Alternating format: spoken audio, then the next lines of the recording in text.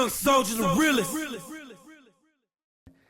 Young Soulja The Realest. What's happening, man? Yo, what's going on?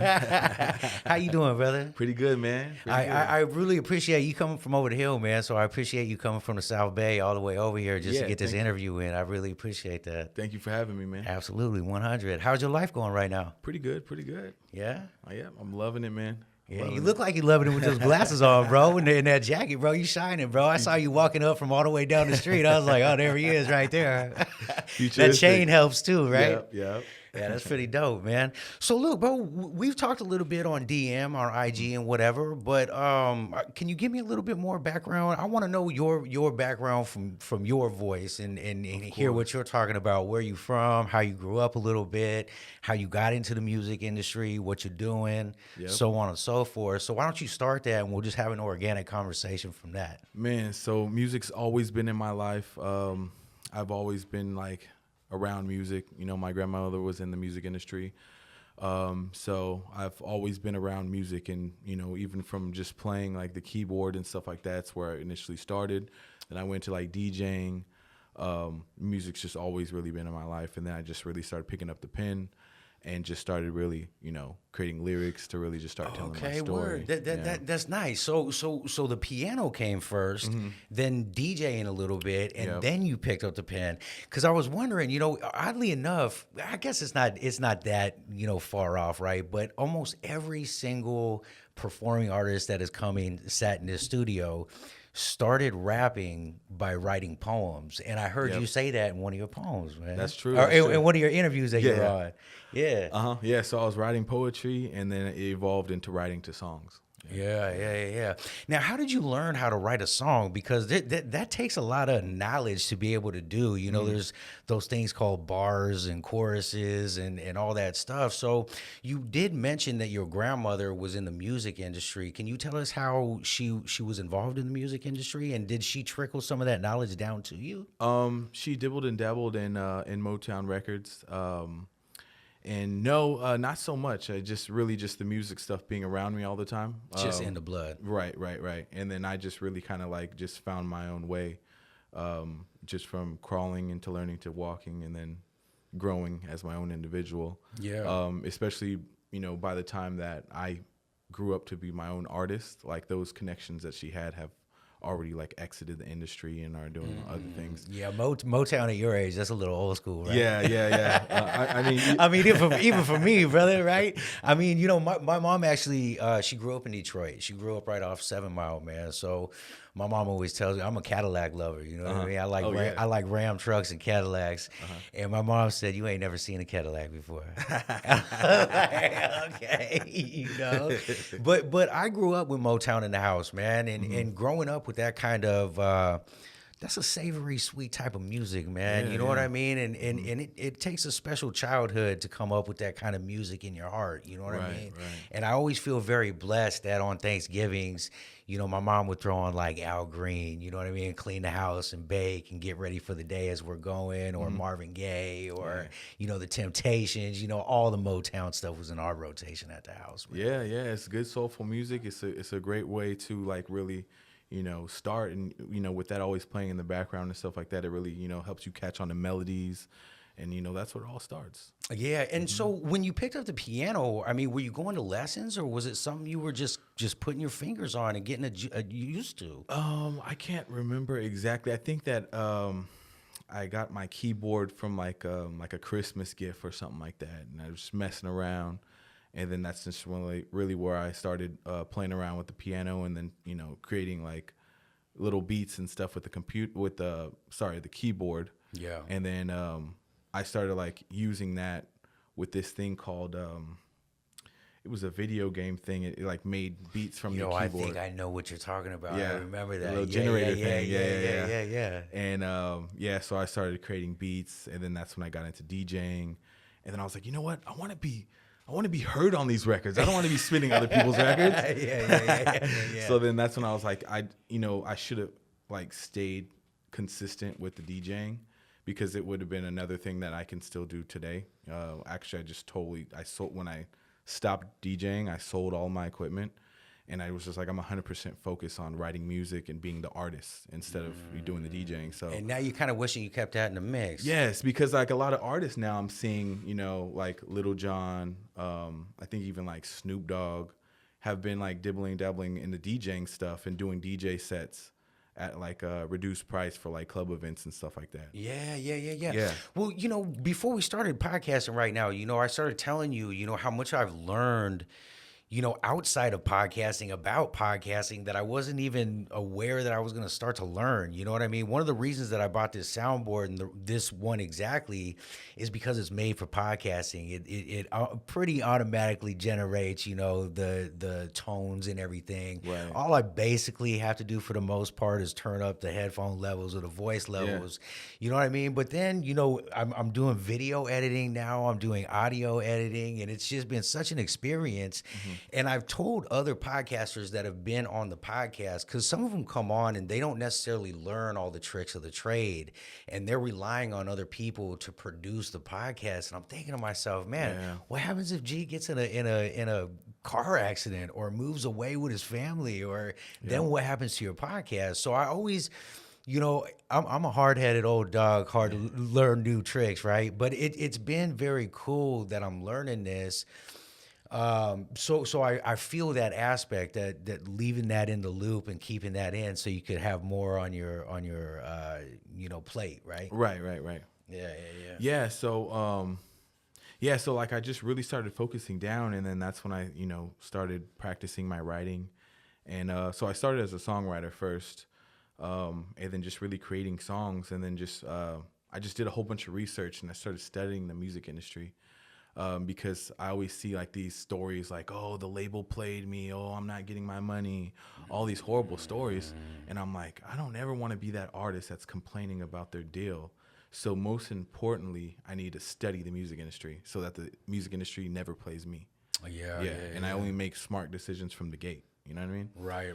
So I really just learned the music industry first, and then as I was writing and perfecting my like songwriting and becoming that artist and with the branding and all that stuff, my branding's changed over time.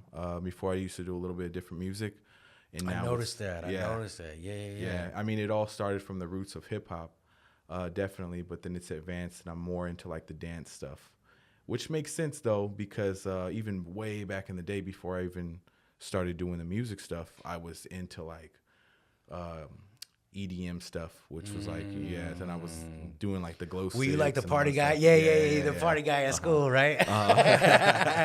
Hell yeah. And then even looking back, I was also a nightclub promoter, and I used to throw a whole bunch of parties, come up with the themes, and then guest lists. So that's just your motherfucking vibe anyways. You It's know what I always mean? been, yeah. And that, you know, I got to tell you, I actually, you know, I've watched a lot of your videos, and I saw the evolution of you. And I got to tell you, I actually respect you a lot more for going that way and being true to yourself, because what that's going to do is going to generate a real fan base. It has. And those are the people that are really going to rock with you. You know what I mean? Fuck the rest. Right. And when did you know that you weren't in your right lane, and when did you start making that transition, and was it scary? A lot of people in hip hop, they just kind of like, they're like, oh, he's not real hip hop, or oh, he's not this. And you know, I wanted to be different. You know what I mean? I didn't want to. Did you want to be like LL Cool J mixed with a little bit of Flow Rider? Yes. Hey, I got you. I'm watching. Yeah. Definitely. I mean, LL Cool J was one of my biggest inspirations. So, like, I always listened to LL Cool J growing up, and then he's a bad motherfucker. Yeah. He's smooth. He's smooth. Yeah. And meeting him in person, he's a cool dude, man. He's a real cool dude. Yeah, that makes all the difference, man. Especially, you know, because I heard you telling a story about somebody, and I think I figured out who you were talking about. But it's got to be a bummer when you run into being at the BET Awards or being at some of the places you've been to, and being excited about being there, and then walking up on somebody that's just a fucking dick. Yeah. That's got to be a bummer. Man, and it's happened. And it's happened. I listen to these guys, and I'll be like, man, all the time, and then I finally meet them in person, and they're just an asshole. Yeah, and then what happens after that? I mean, what do you? I mean, what's the result? Is it like I'm not listening to your music anymore, or is it whatever? People are people, or I mean, I kind of still feel a little bitter about it. All right.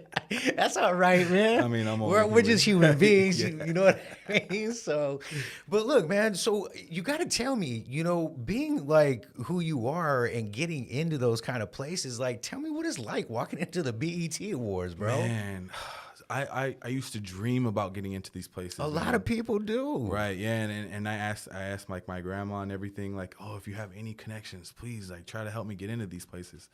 All the resources were dried up, so I had to start from the ground up, no connections at all, like start from ground zero, and just really start from the pavement, from like CDs out pushing like to the public, building a fan base. And then going out to like big events and meeting all these people, and then just really just building a name for myself, and then working with big name DJs that believed in me to put out my mixtape to do 1.3 million downloads.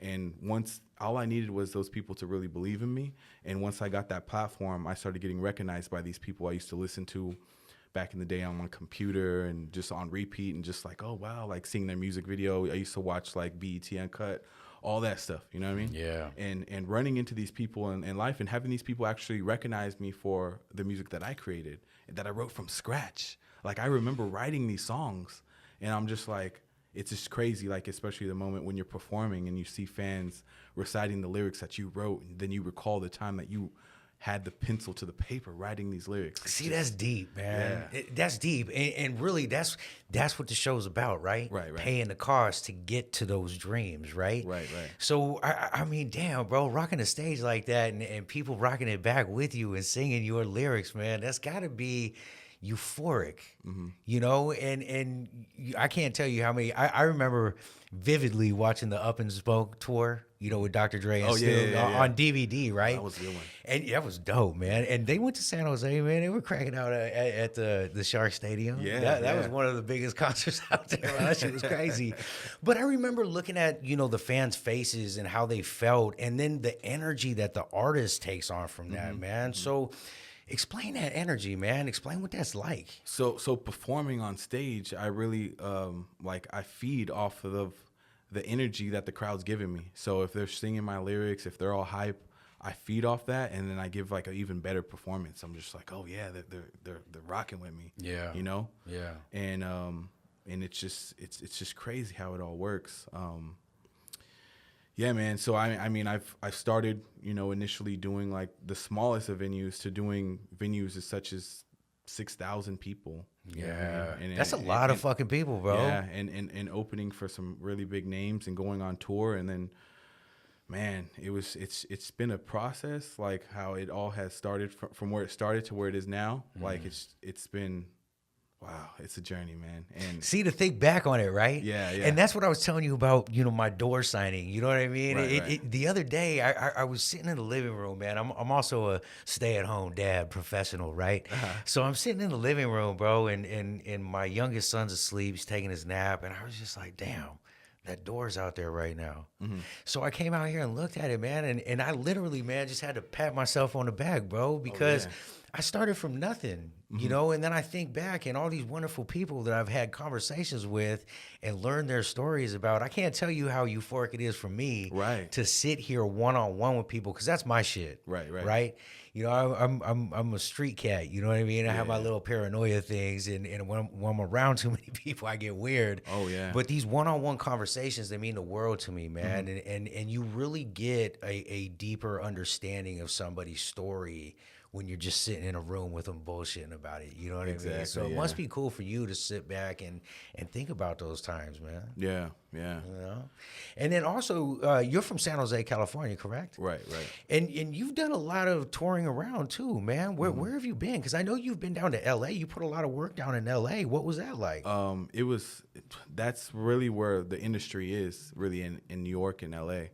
So a lot of the major cats are out there. So that's where those cats are really gonna, bring you to a whole nother level. Like when I was saying I was working with that DJ was working with, some big time cats. It's a bittersweet kind of thing, because you put out music and then other people try to bite your style, and you're like, wow, I'm barely coming up. But it lets you know, that they're influential person, that they're inspired to copy you. You know what I mean? And it's happened a couple times, which is very unfortunate. And I was, even to the point where I was like, wow, like if they were that inspired, if they loved what they heard, they should have like reached out, signed me, or Yeah, something. but you know what time it is, bro. Yeah, It's and it's not, I want to say it's the music industry, but it's not. It's the people industry, right? We're so used to fucking each other over and using our shit, you know what I mean? And that's why you got to be really careful, especially, I've learned a lot. To me, this is an art. It's a craft, you know what I mean? Not everybody can sit behind a mic and interview people, and not that I'm the best or anything, but I have fun doing it and I don't mind doing it. But you got to be careful with who you let into your circle and your energies, right? That's so key. Well, when I first started, and I'm always talking shit about this, my crybaby shit, right? But my first year of doing this, it was during the elections. Okay. So I had a lot of local politicians coming in, and I felt like I got used and abused and kind of left for dead after, you know what I mean? And why do you say that? Well, because there were some people that came on that I had influenced a different demographic to vote for these people. Okay. And then afterwards, it was kind of like, yeah, cool, thanks, whatever. You know what I mean? And I just felt like shit about it. You know what I mean? And it doesn't feel good. So you have to watch who you're bringing in your circle like that. You know what I mean? Especially with something as sacred as your art like that. You know what I mean? Right. So I gotta ask you, man,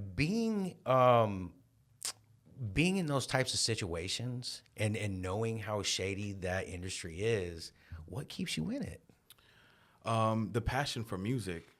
Wait, hold on. I just want to touch back on what you said before. Yeah, come on. You know how you were saying how people just kind of like used you and then it was just like, okay, thanks. Yeah. Like one of the things that's preached is building a team in the industry. Yeah. But it's just like, how can I build a team if I can't trust nobody?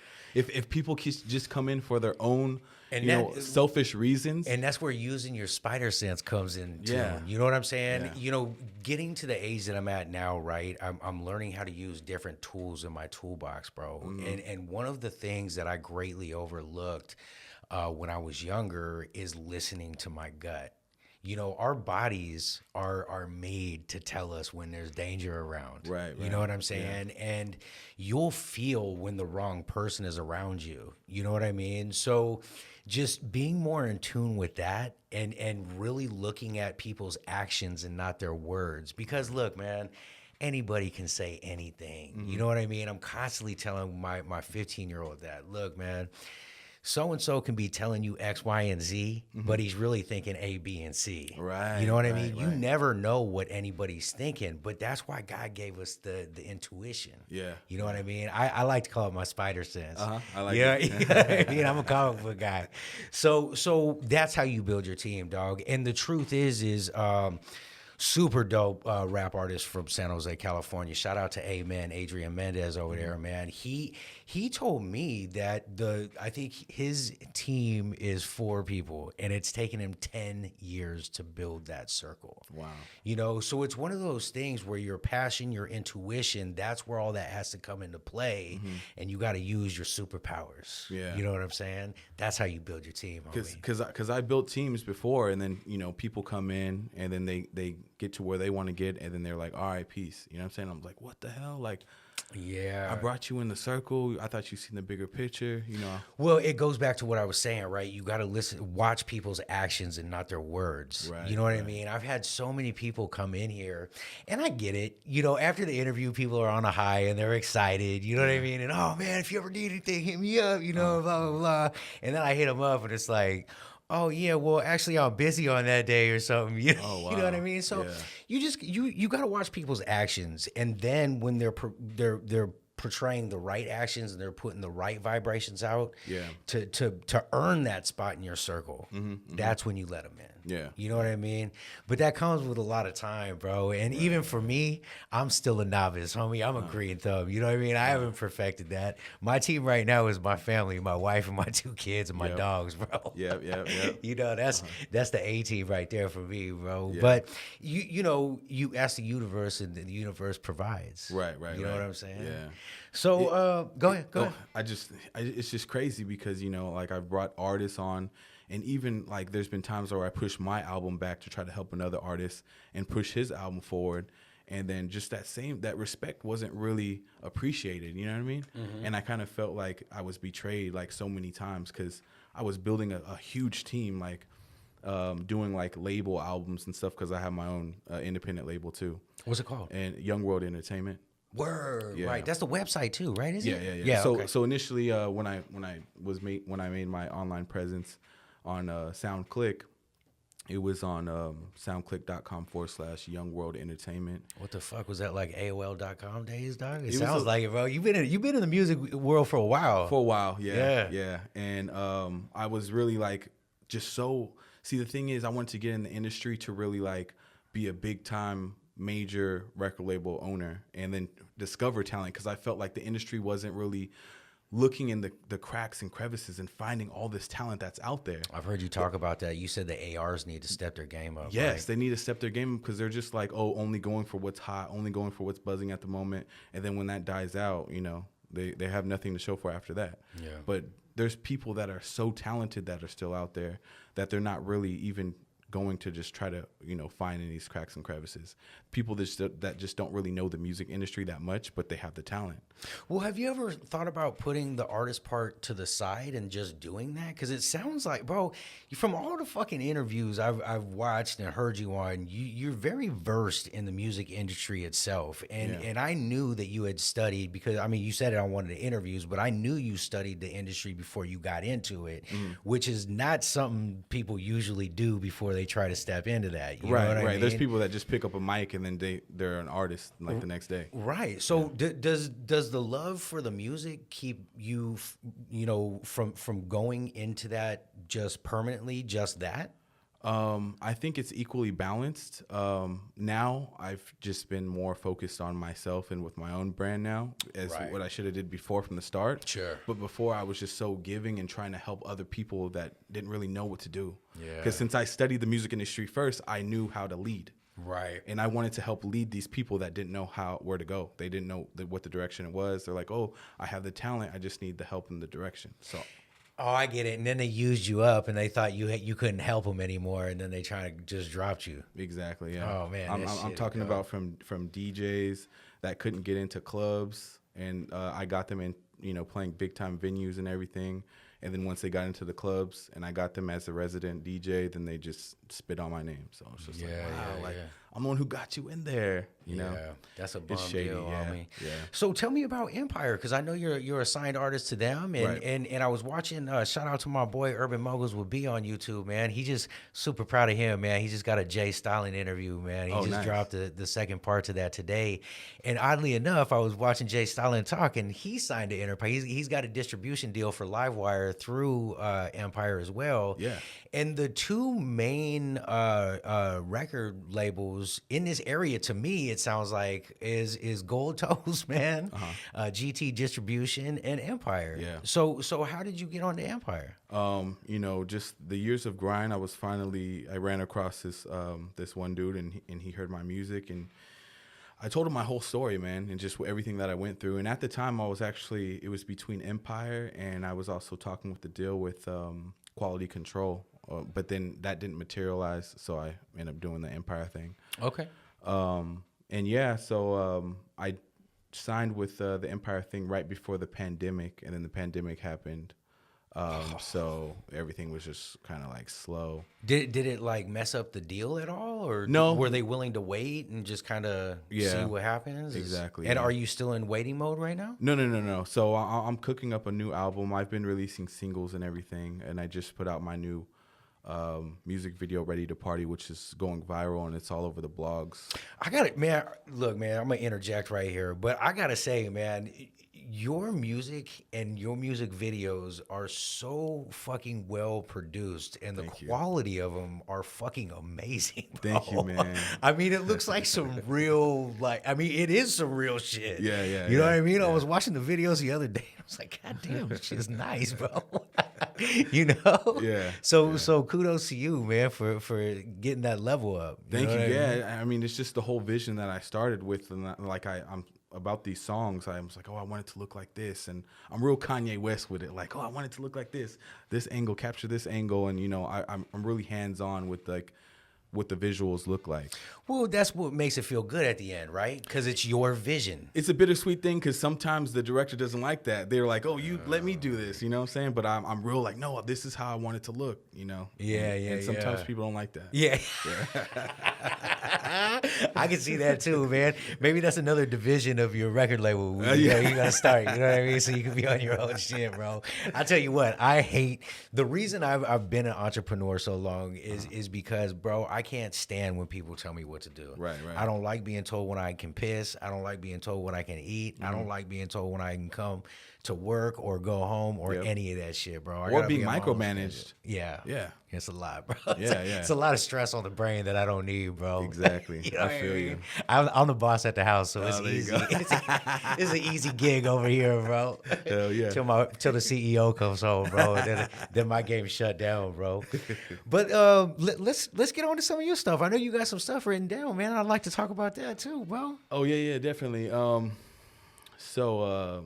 Let me take a look. Just so everybody knows that's watching this video, he is not being disrespectful. These are just some notes he has in his phone, bro. Exactly. Yeah. The team will call out the disrespectfulness with the phone, bro. No some people think that I'm over here texting and stuff. No, I actually come with notes. I actually come prepared. Yeah. Shoot it, baby. What's up? Oh, so I'm also I wanted to touch on the fact, like, for beginning artists and stuff like that, to never really pay to play or to when you're gonna have a chance to perform and stuff. I hate the fact that a lot of promoters really kind of just use it as a money grab and play on people's hopes and dreams just to try to get them to open up for certain kind of artists. Elaborate, break that down, man. That sounds like some important shit. Yeah. I've never really paid to play, and I hate the fact that a lot of like promoters try to like use it as what is a business, but they kind of they say things like, "Oh, you got to invest in yourself if you want to get further." Yes, you do need to invest yourself, but make sure that you're investing in good things. Like there's good smart things to invest in, and dumb things to invest in. And usually a lot of times that they say these things, they're only saying these things because they want to get your money. Yeah, the selling poison. Yeah. So they'll say snake water. So they'll say like, "Oh, why? If you got to invest in yourself if you want to get further." That's true, but not necessarily you have to invest yourself with them. Just so I can get clear the message that you're trying to put out, are you saying that, I think what you're saying is that I've been to like, we'll say some lowrider shows. Right. And to get on stage, rappers have to pay for that stage time. Is that what you're talking about? Yeah, I'm letting like all these artists know to never really, pay to get on. Like just earn it and like earn it.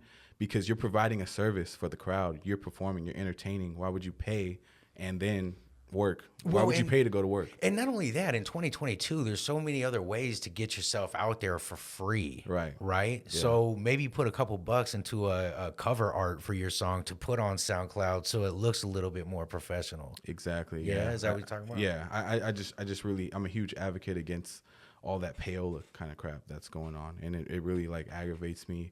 Because I know I've been there, like with my dreams, and like I was telling you before, like I was helping these artists that just didn't really know the direction on where to go, and sometimes they'll be like, "Oh, I want to get on," but then they're saying if I pay $3,500, I can open up for some big name artists. You know what I'm saying? Yeah. But there's ways around it that you don't have to do that. Right.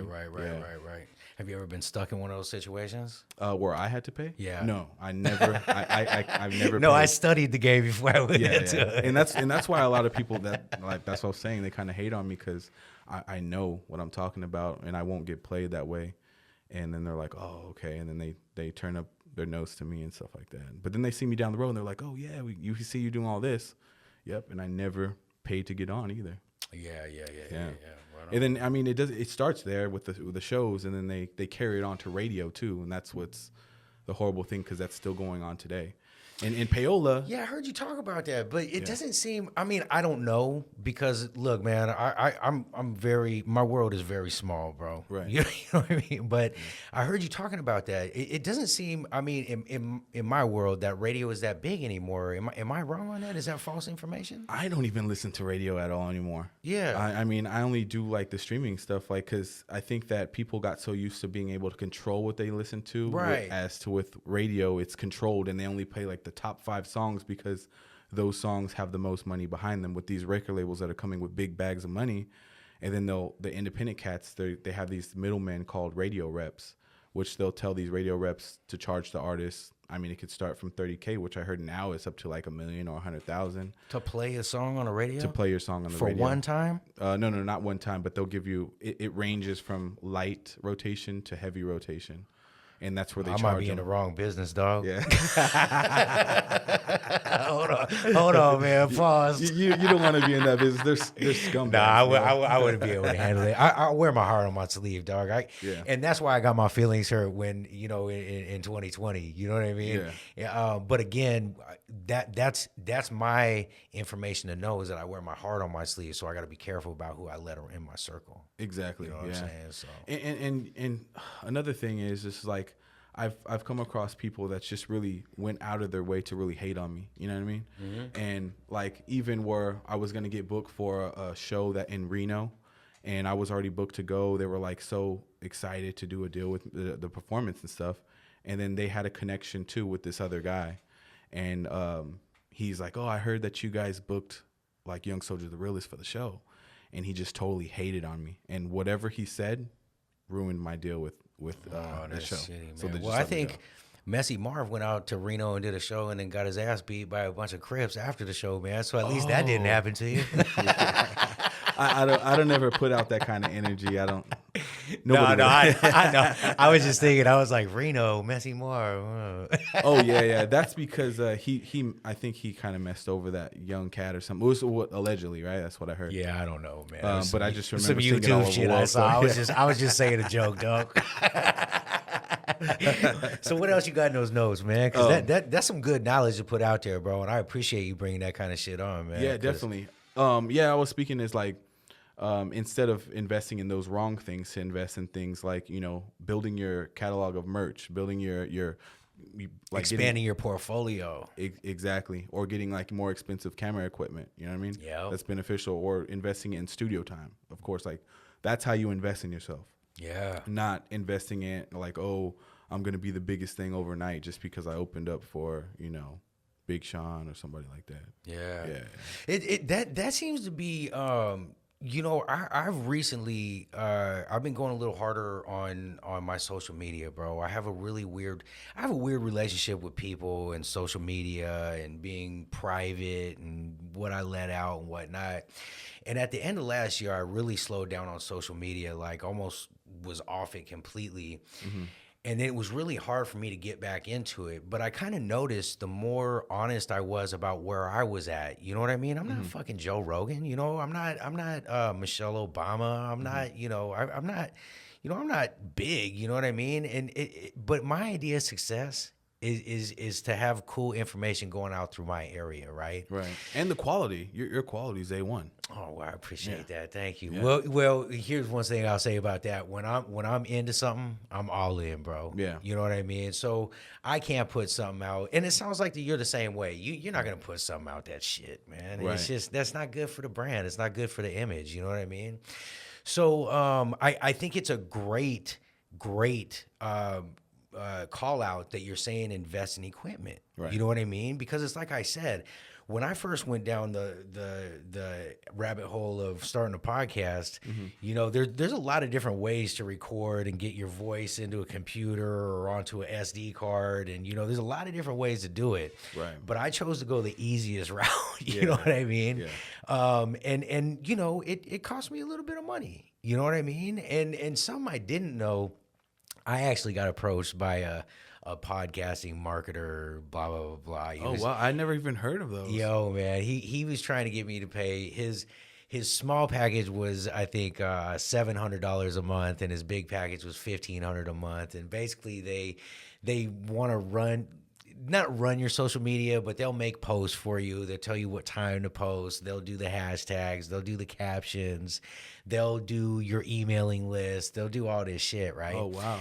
But what I did is you know, he gave me an hour of free consultation, and I'm giving myself up. Hopefully this dude doesn't listen to this podcast, but I wrote down a bunch of questions, and I did the hour free consultation with him, and I gotta say, he gave me up. Oh, wow. He gave me some game that I wasn't really privy on. And he was kind of like, it's not that he was giving it to me directly, but he was like, oh, I have people on my team that will do this. and you should focus on this, and this is how we should create your podcast. And I'm like, oh, okay.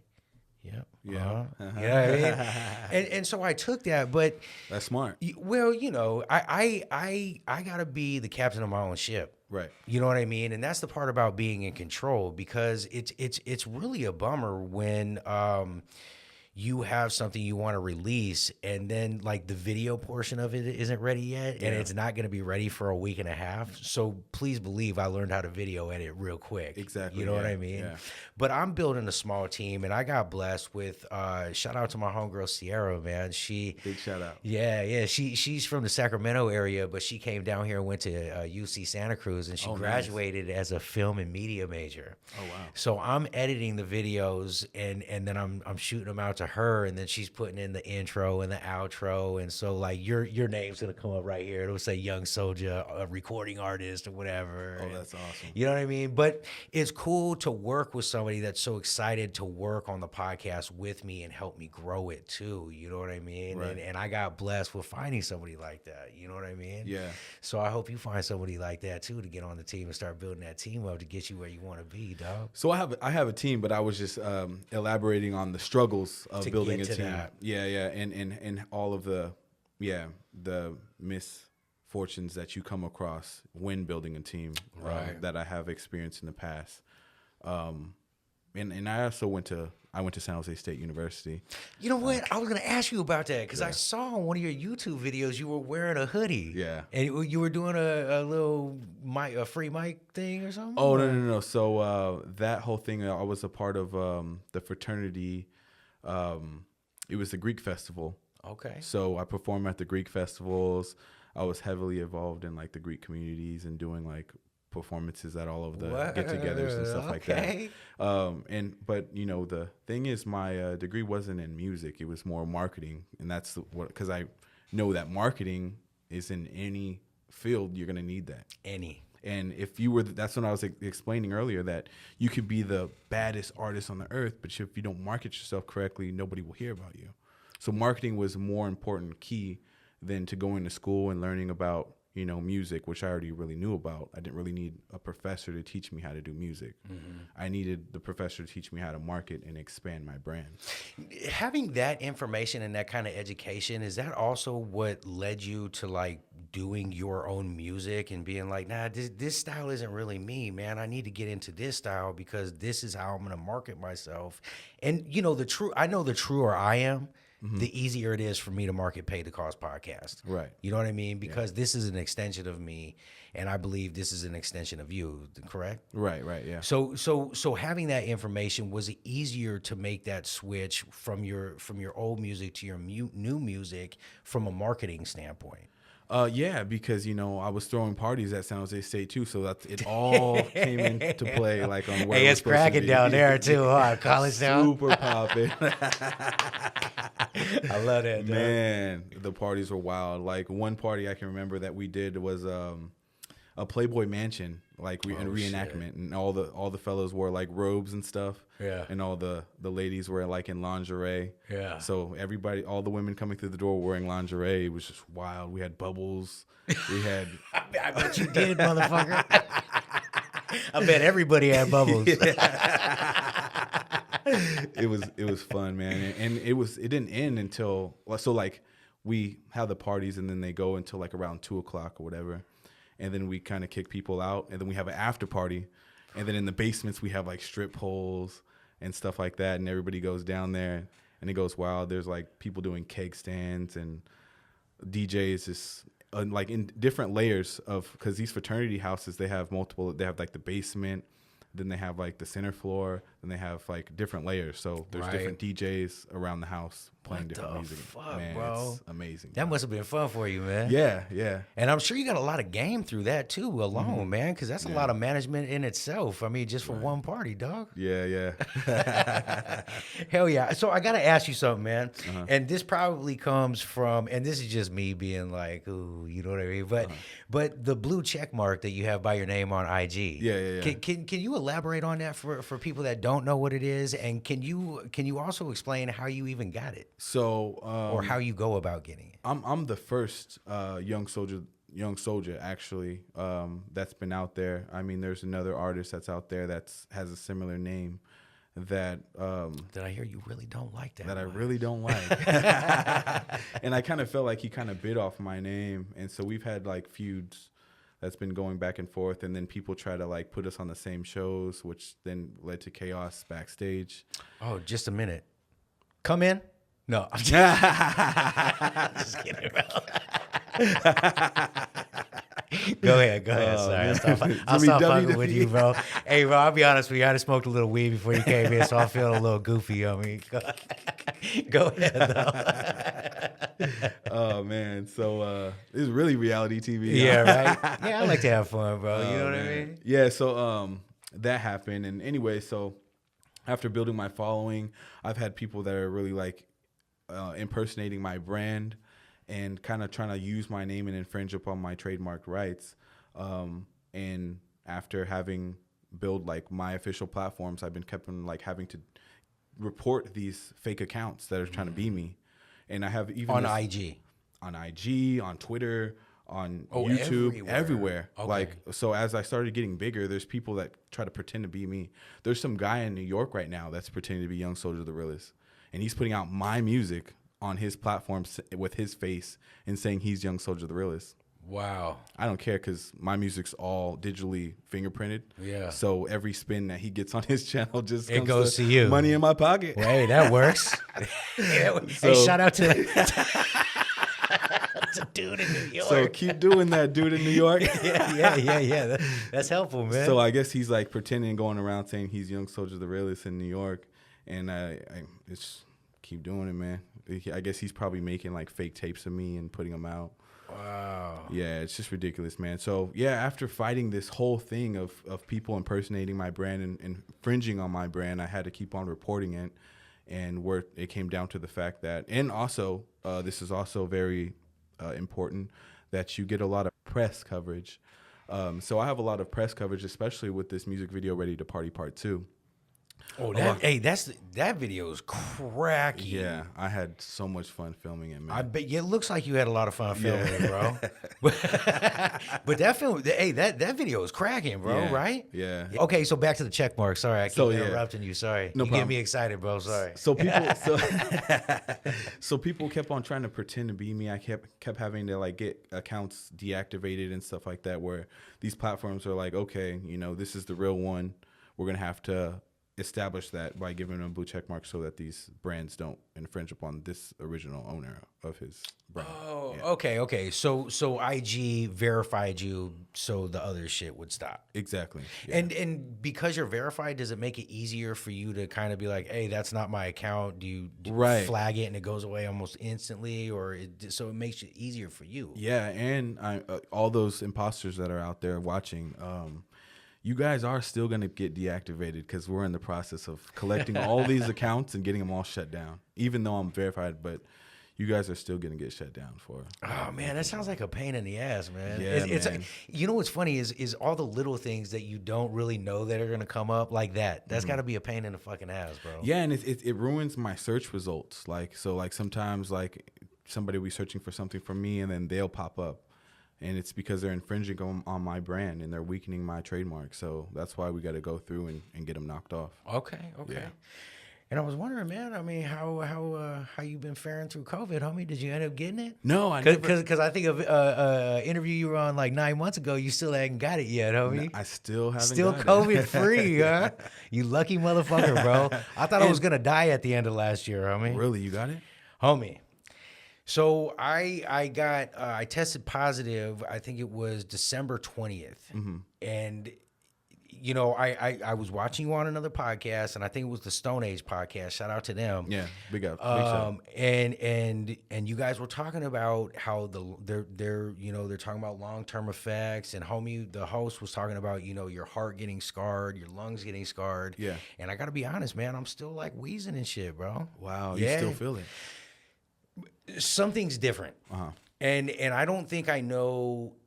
I don't think I will know exactly what it is for a while because I'm still, you know, I'm 100%, you know what I mean? But I don't feel the same. When you do cardio and stuff, you feel Oh winded? man, I do 35 minutes of fasted cardio every morning, bro. Right. And yeah, I mean, I'm wheezing still. And, you know, complete transparency. When I got COVID, I was, you know, doing the vape pens and all that shit. So Oh. you know, I'm telling you, I 90% sure I got the Delta variant Oh, damn. because my lungs were on fire. I thought I was gonna fucking die. You know what I mean? And I was all that. I think that's the hardest thing about COVID is the loneliness. Oh, You yeah. know, so I got my, you know, I tested positive. I got my 2 boys. I got my wife out of here. I even got the fucking dogs out of here just in case. But I was here all alone, and I'm going through these nights where I'm like sweating, bro, and I'm going through hot and cold flashes, and because I work out all the time, like my joints were just like shriveling up, man. Wow. The third morning, because I usually wake up at 3 a.m. and go to bed about 7:30 p.m. every day, right? Yeah. But I was doing like this really weird sleep pattern where I was waking up at 12 and 1 and, you know, just weird shit, right? So I wake up the third morning and I can barely move, bro.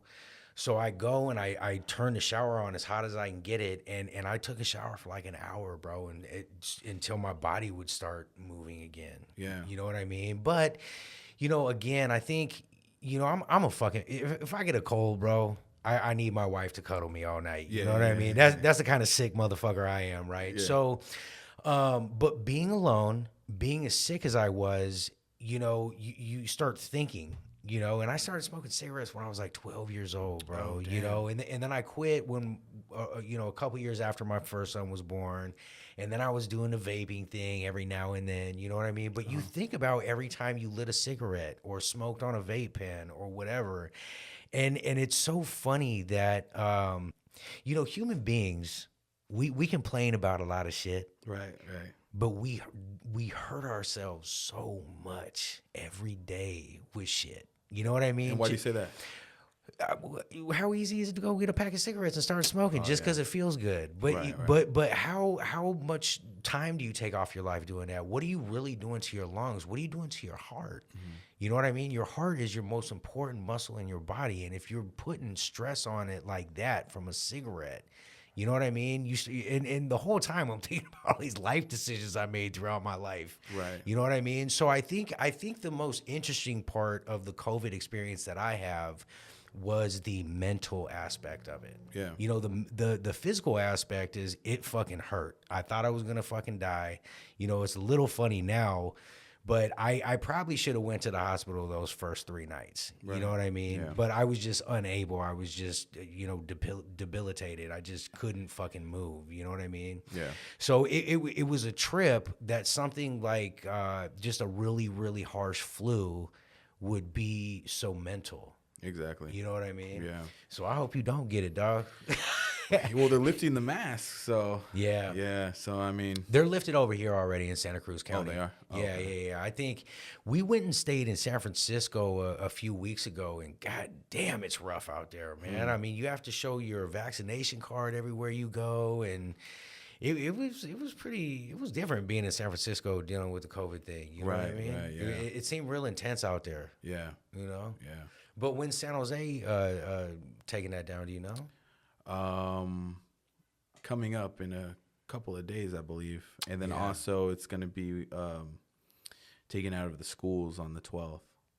Right, Yeah. right. Man, the parents over here have been going ape shit about that. I mean, they're doing little protests on the bridge, and you know what I mean. I get it. You know what I mean. It's I'm super neutral, man. To each is his own, bro. You Right, know what I mean? You can be this and I can be that. As long as we can be cool, I don't really care. You know what I mean? As long as you're not like doing stupid shit to kids or some dumb shit, you know what I mean? Exactly. Then I got something to say. Yeah. But if you have a certain political stance then other than I do, then I don't trip on that kind of stuff, man. We need a lot more unity right now than we do division. Yeah, exactly. You know what I mean? Yeah.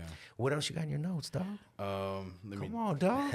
Drop some more jewels for him, bro. definitely, man. It's very essential. I mean, So like with labels, I mean, especially nowadays, they focus more on giving out 360 deals, which 360 deals instead of before where they only collect on your music and the music generated. Now they're taking a percentage of your shows, your merch, and all that other stuff. But it's just crazy due to the fact that they were once known as like a delivery service, like delivering your music to all the platforms and delivering your music to the brick and mortar stores.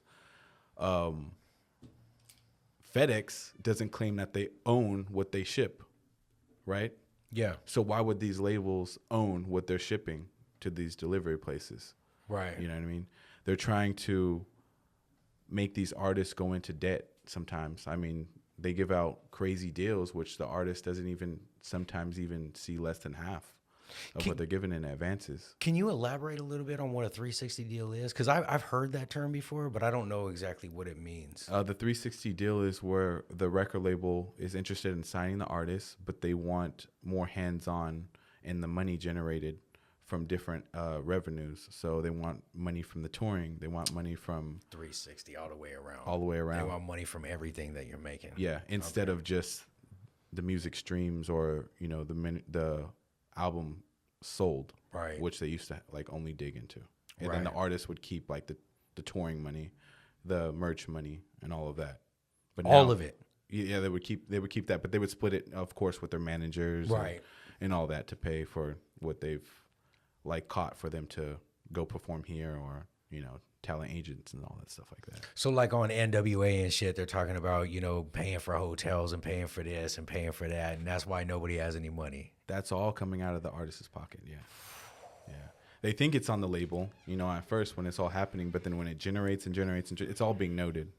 So even the desserts, taking out to dinner, all of that stuff, going out to dinner, going out to the nightclub, ordering like special treatment for this and that, ordering like the rides, the airplanes, everything is being jotted down.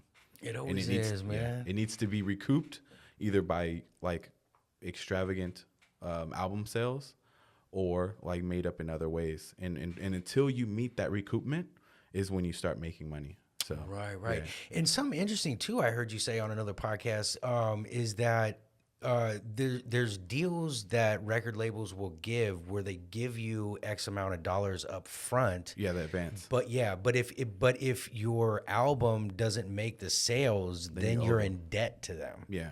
Wow. Yeah. And then you go into your second album and they give you even more money to record that album and to do all the stuff, the traveling and all that stuff for that. So then you go even further into debt until you can meet the recruitment. The recruitment get like threshold just gets further pushed along.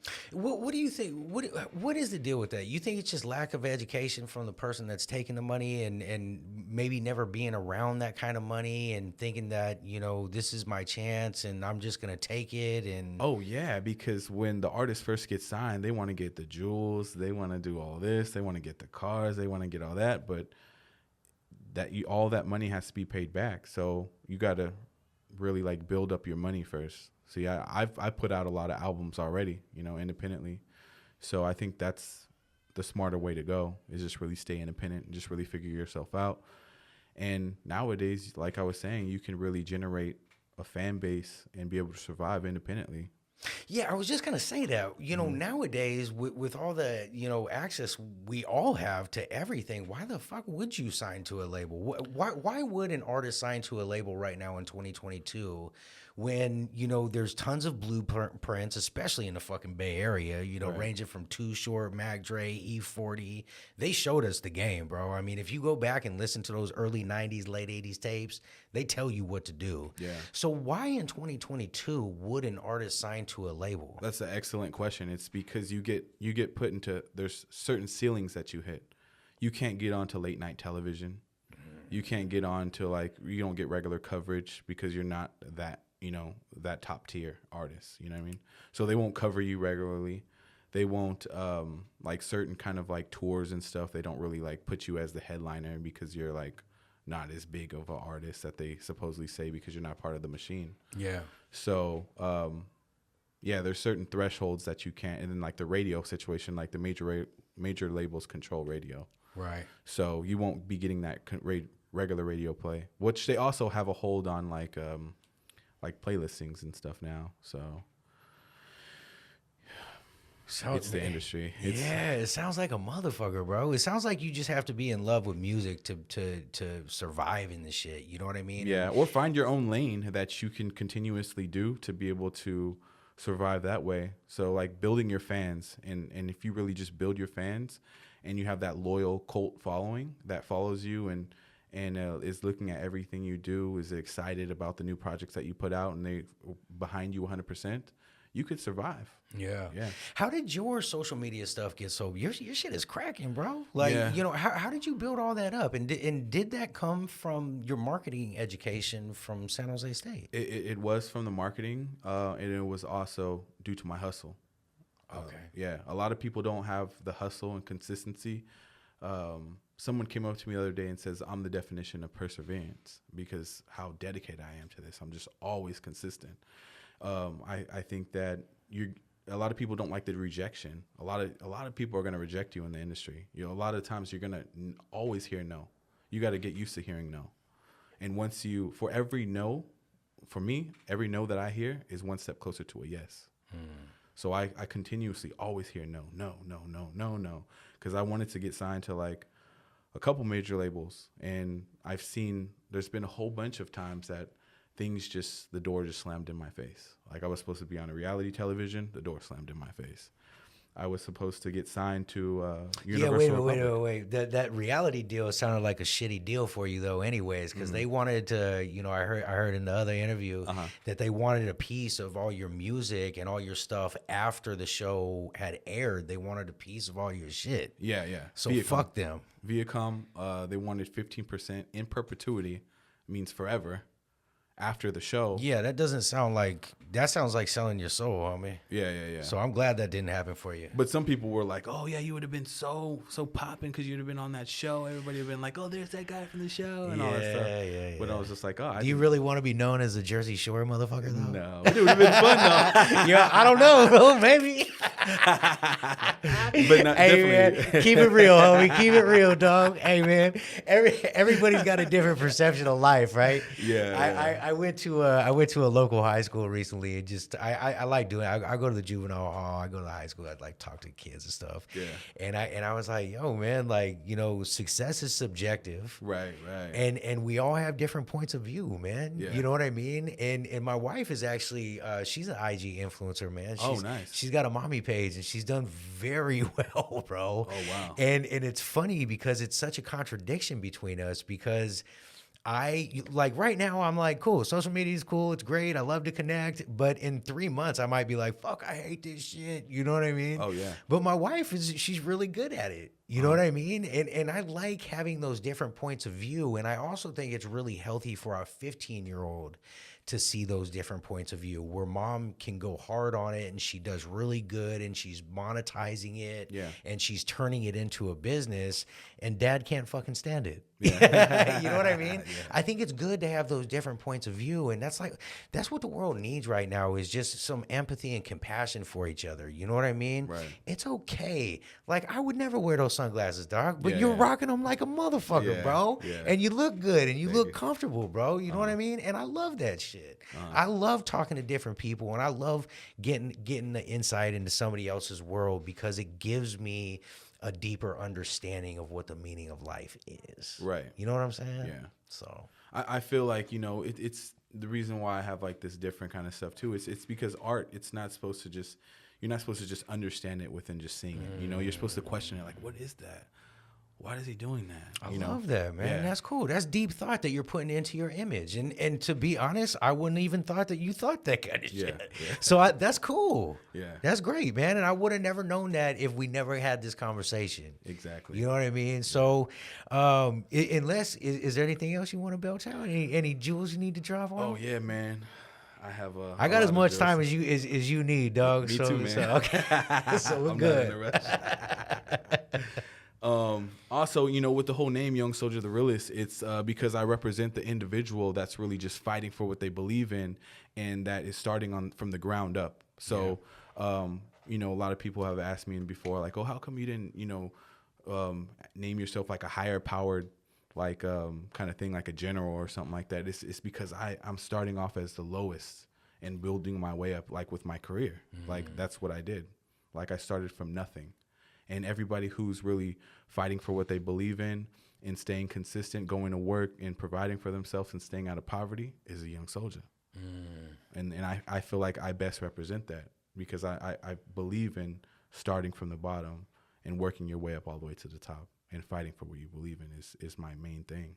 Yeah, that's beautiful, bro. I also believe in something very similar, man. I was having a conversation in this studio with two of my boys, no mics on, but I was talking about, you know, mastering each level. You know what I mean? Because it gets you more. If the more you prepare for the next level of life that you come into, when you get to those plateaus, you're so well versed. You know what I mean? Right. If you skip steps, man, there's a lot you're gonna miss, man, and it's gonna be your demise is gonna be coming a lot easier. You know what I mean? Yeah, yeah. So to master each level and to get a good understanding before you take that next step forward, it's a great way. It's a great way to think. It's a great outlook on life, bro. And I hope you keep striving on it, dog. Definitely. Yeah. And then the realest part is because I always keep it the realest. And sometimes I drop some jewels, like these jewels about the industry that I'm not really supposed to, but I want to keep it real with everybody so that they know what they're getting into before, you know, they get into it.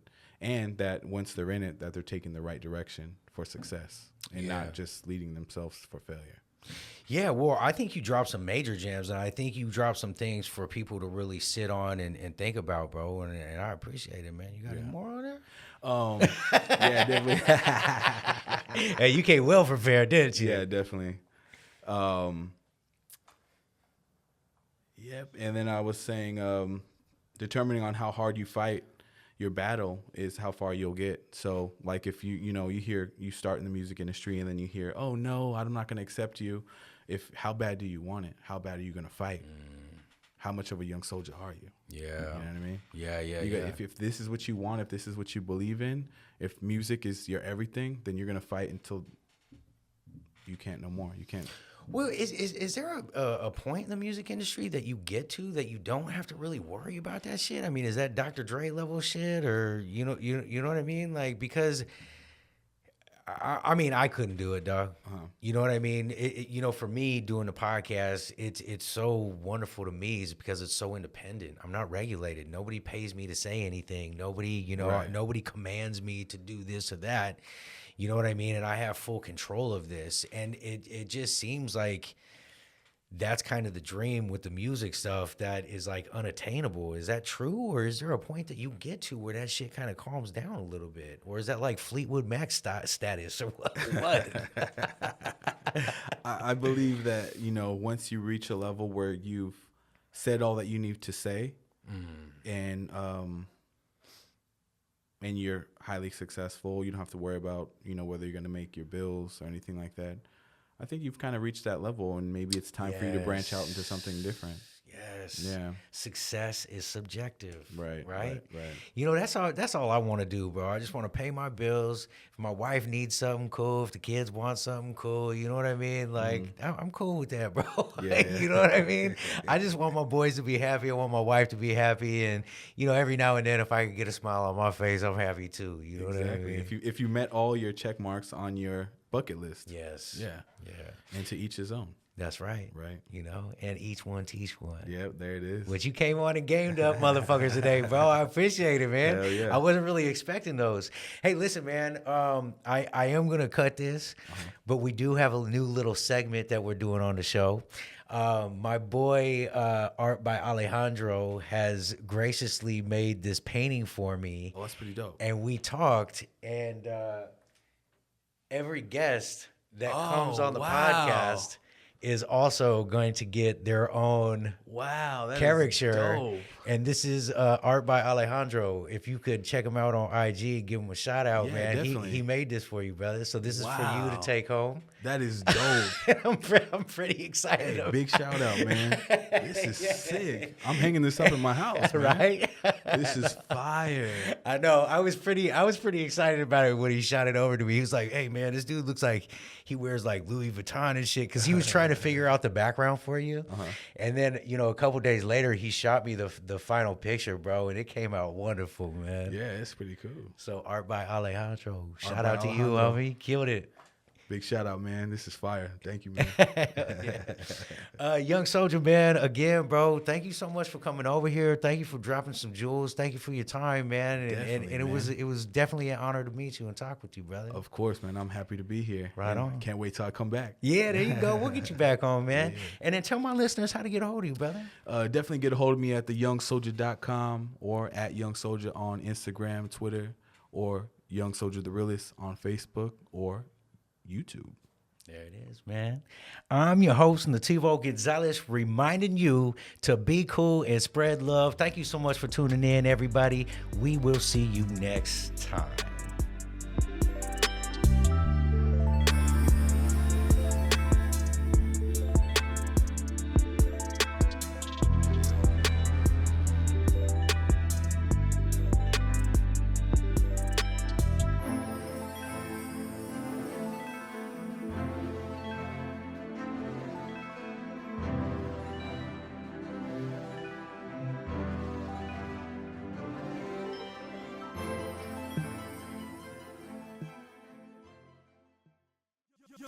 Young Soulja The Realest.